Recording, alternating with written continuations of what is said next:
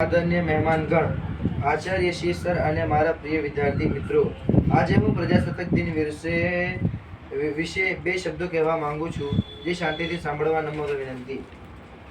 26મી જાન્યુઆરી. 26મી જાન્યુઆરી એ આપણો રાષ્ટ્રીય તહેવાર છે.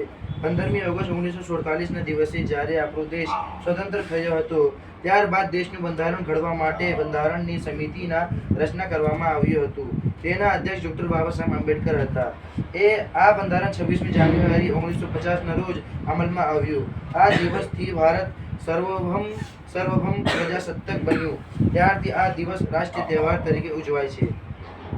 26મી જાન્યુઆરીના દિવસે સવારે શાળાઓમાં, મદ્રસાઓમાં અને સરકારી કચેરીઓમાં ધ્વજવંદન કરવામાં આવે છે. રાષ્ટ્રધ્વજને સલામી આપવામાં આવે છે અને રાષ્ટ્રગીત ગવાય છે. દિલ્હીમાં લશ્કરી વાહનો તથા લશ્કરની ત્રણેય પાંખોની પરેડ થાય છે. તેની સાથે જુદા જુદા રાજ્યોમાં વિકાસનો તેમજ સાંસ્કૃતિક ઝાંખીઓ પણ બતાવવામાં આવે છે. રાષ્ટ્રપતિ તેની સલામી ઝીલે છે. શાળાઓમાં અને સોસાયટીઓમાં, મદ્રસાઓમાં સાંસ્કૃતિક કાર્યક્રમો યોજાય છે. રેડિયો અને ટીવી પર દેશભક્તિના ગીતો અને કાર્યક્રમો રજૂ કરવામાં આવે છે.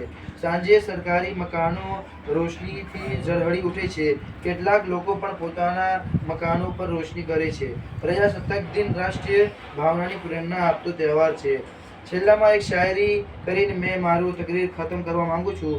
વિશાળ ગગને લહેરાતો એક તિરંગો અમારી જાન છે. વિશાળ ગગને લહેરાતો એક તિરંગો અમારી જાન છે. તારા રક્ષણ કાજે તો લાખો જાન કુરબાન છે. અસ્સલામ વાલેકુમ.